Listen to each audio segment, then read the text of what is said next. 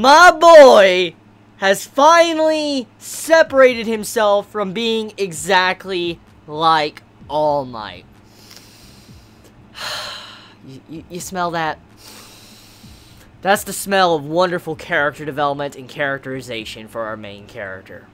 I mean, we already saw examples of Izuku taking steps to be completely different. Instead of following directly behind All Might and being his imitation, Izuku has now finally taken the first big step of being something else entirely, being his own hero. Not exactly like All Might. It makes me happy. Izuku has finally figured out his style of combat. He now is going to be using kicks, his legs, to fight. And there's a lot of meaning behind this and a lot of hidden details I want to dive into when it comes to fighting with your legs. But one quick thing I got to talk about is, even in another manga series, okay?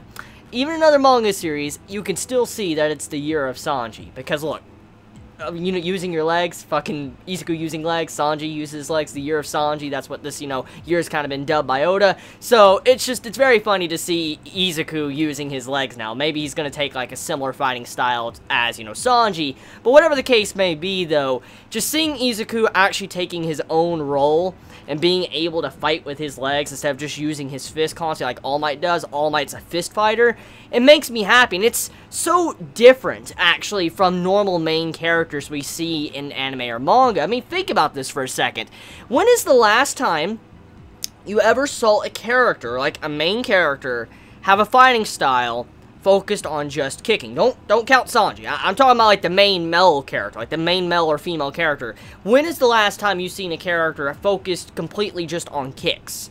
I can't even think. I really, and nothing comes to mind. And when you think about it like that, it's crazy. So, Izuku is such a very unique and different type of main character right now compared to everything else you normally see in shonen, because usually shonen main characters are like boom, boom, boom, you know, fist fighting. That's kind of how it goes. And besides just using abilities like maybe Ki Blast or something, usually it's like just fist. And seeing Izuku actually going to be focusing on kicking and stuff, it just changes the dynamic, the flow of the fighting, and some of the things that we could possibly expect in the future. And I mean, I just can't wait to see what Horikoshi is going to do when it comes to the fighting with Izuku, because I mean, look, I love, you know, fighting panels in Boku no Hero Academia, but I can't even imagine how some of the fighting panels are going to look now with, you know, Izuku being, you know, a roundhouse kicking person, like he's just using kicks and stuff. I can't wait to see how the panels are done in the future. So, what does this necessarily mean? Besides the character development of Izuku trying to be his own man instead of constantly imitating All Might, what does this mean?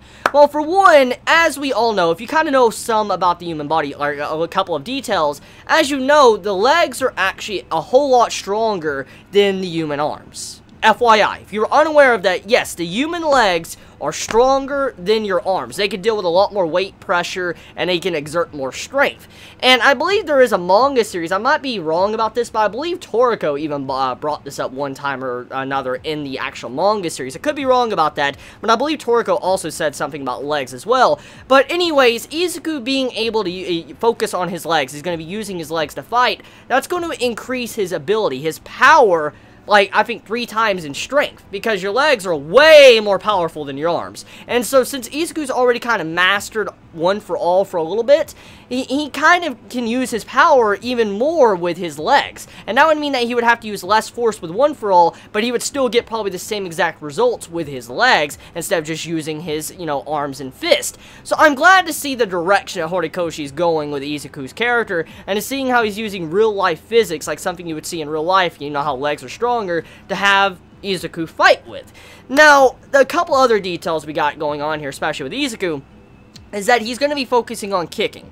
And he unconsciously believes, since he was, you know, the successor of One for All, he had to use his arms. But he now realized he doesn't need to do that. He wants to use his legs. Now, does this necessarily mean that he's never going to use his arms ever again?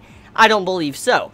But we do know that the way Horikoshi's kind of hinted at it already in the series, and the way he keeps some of the things throughout the series, there is a possibility there's going to come a time in the future to where Izuku's going to lose the ability to use his arms. That might happen eventually in the series. Maybe not anytime soon, maybe not in the next 100 chapters if the series lasts that long, but maybe towards the end, Izuku could, like, completely just destroy his arms. He can never use them again, and he can only use his legs. Now, one of the things that can happen here, though, is eventually over time, Izuku using his legs over his arms, he'll be able to kind of repair his arms a little bit. They'll be able to kind of be relieved of stress and be able to kind of slowly recover to a point to where Izuku might be able to use his arms and fists once again. They'll obviously never be the same because he's got a lot of permanent damage done to his limbs, but I mean, I believe over time, if he lets his arms rest and, you know, just recover, he might be able to use some more force back into his arms. Now, another thing too is I believe this is actually a very good step for Izuku to kind of control One For All, because I mean, one thing that Izuku's been focusing on, he's been trying to tap into where he can use like 5% of One For All's ability, and when you think about it like that, he's always just been using his arms, his fists to fight with, and when you get down to it, his fist and arms have always taken the heavy blows. They've always been shattered and broken. Now, Izuku has broke his legs in the past. In the earlier portions of the manga series, like in the first time he got his ability, One For All, he broke his legs. His legs were shattered alongside of his arms, but Izuku has not hurt his legs nearly as bad as he has done to his arms. So you have to factor in that Izuku's already experienced with One For All. He's kind of already gotten used to One For All and how it kind of works and how to kind of exert a certain amount of power. He kind of knows what he can do now, and since now he knows what to do, he can use his abilities on his legs with less damage. He can actually use his ability without worrying completely shattering his legs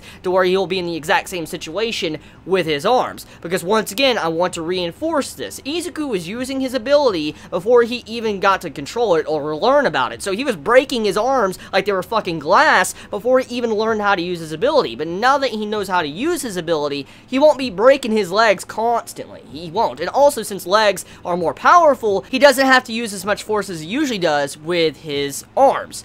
Now, one other thing too to talk about is somehow he has these braces on his arms, and I believe that's probably going to be used to balance Izuku out, because as a fighter that's probably going to be focusing on kicking and stuff, he probably needs to balance himself out, like stability, because I mean, it's going to be a little bit hard. I mean, if you're doing, like, you know, kicking and leg fighting and stuff, you have to think about this. I mean, as you're fighting, you got to lift up your leg, and it's going to make you kind of unbalanced if you're not used to it, and especially with how much power he's exerting, he's probably going to have to use his arms in some way to stabilize himself, and I believe that's kind of what the braces are for. Izuku was wearing an exoskeleton, and instantly when I saw that, it reminded me of Halo. And I know not many of you are probably Halo fans. I'm willing to bet not many of you are, and not many of you probably read the books of Halo. I've read the books, I play all the games, I love the story of Halo. It's one of my personal favorite franchises among games. And seeing the exoskeleton, it reminded me of a Spartan. It reminded me of a Spartan. I'm like, yo, is that a fucking Spartan suit? It looked exactly like it. A little bit less detailed, but overall, it reminded me of a fucking Spartan outfit. I'm like, is that like a... Is this a precursor to Master Chief? I'm like, yo! So, I mean, Izuku wearing like an exoskeleton like that reminded me of something of a Spartan from Halo, and also the way the body moved, like how he barely moved and it started turning like that. It reminded me how the exoskeletons, like the Spartan uniform, how it actually works in Halo, the actual story, because, you know, the suit can actually crush someone if you move improperly, so it kind of reminded me of that. It reminded me a lot of the Spartan, like Spartans you'd see in Halo, and I wonder if Horikoshi was kind of hinting at that. But regardless, getting to other segments, Mei as a character, oh my god, about 50% of this chapter, maybe even more than that, 60, even 70% of the chapter, was focused on her characterization, her personality, and her character development. Overall, Mei as a character, instantly one of my faves. Now, I have a lot of favorite characters when it comes to Boku no Hero Academia, and to be honest, I don't think there's any character so far I have seen from the series that I actually necessarily hate. All the characters have really good, well-done designs. The personalities of them are very unique. They stand out of the crowd amongst everybody else. And, I mean, truly, Horikoshi does good work with that type of stuff. And seeing Mei get this characterization in this chapter, once again, it goes back to the main points I always express from this manga series, that Horikoshi knows how to develop characters, how to give them this characterization that stands out. It's not always just about Izuku. We see these other characters getting the spotlight and getting fleshed out besides just our main character always having the focus. And Mei having the focus in this chapter, getting to find out about her personality, see what she does on the side when she's, you know, usually on holiday, just all these different type of things I really appreciate. And also, the way we were confirmed, it was kind of confirmed in this chapter, that Mei will be very, very, very crucial to the plot of Boku no Hero Academia in the future, because she will be the main person that will be repairing costumes, coming up with gadgets and stuff, and probably helping out Izuku along his journey to use his legs to fight. And maybe one of these days, you know, Izuku might don some form of exoskeleton or something with his costume, and he might be the Batman of his fucking series. I mean, that'd be pretty damn badass. But still, seeing Mei actually getting kind of confirmed that she's going to be very vital for now on throughout the series, I'm happy and satisfied, because she's such a good character, and I'd be very upset if she was wasted as a character, because she's just so awesome. She has this very quirky personality, and oh my god, don't even get me started with how she fucking was filling up Izuku throughout this entire chapter. Oh my god, that's fucking hilarious. I mean, look, I'm a Ochako fanboy. I like Ochako. I really like the relationship with her and Izuku, but damn, Mei in this chapter. It's kind of hard not saying she might be the new best girl, but still, I'm going to say, though, is that Mei as a character, I like her. Horikoshi did a good job of introducing her entire personality. We kind of already knew slightly how she was in the past when she was first introduced, but we kind of got it even more in depth with her with this chapter. So, moving past that, let's go into Tokoyami. So, Tokoyami, he actually gets stronger in this chapter. In a way, he overcomes his physical weakness with his body, and it's something we've kind of already been well aware of, but he now is donning his entire shadow form around his body. So it's not just like, you know, his shadow form is a stand behind him and he's using, you know, his shadow. He actually now is wearing his shadow all around his body, which improves his physical weaknesses. For instance, now he can actually not have to worry about his normal natural physical weaknesses. He can just don his shadow and it'll be completely fine. And I love the design. I mean, Tokoyami's always been one of my personal fucking favorite guy characters in the series, and he's always been one of those characters I know is going to be very vital to the plot, maybe somewhere along down the road. He's very fucking OP. He's secretly OP because of his fucking ability. His quirk ability is very broken and OP, and in a way, he reminds me a lot of Escanor. I mean, not to that level of pride and OP,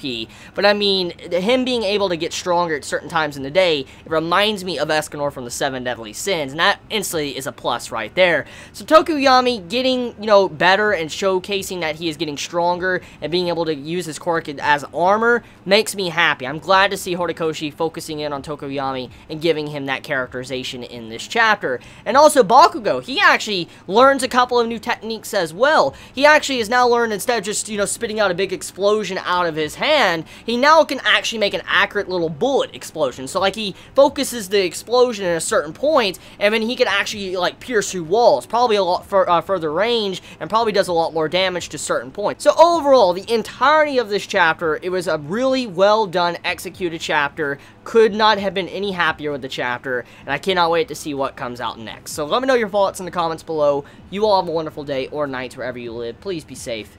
Chibi out.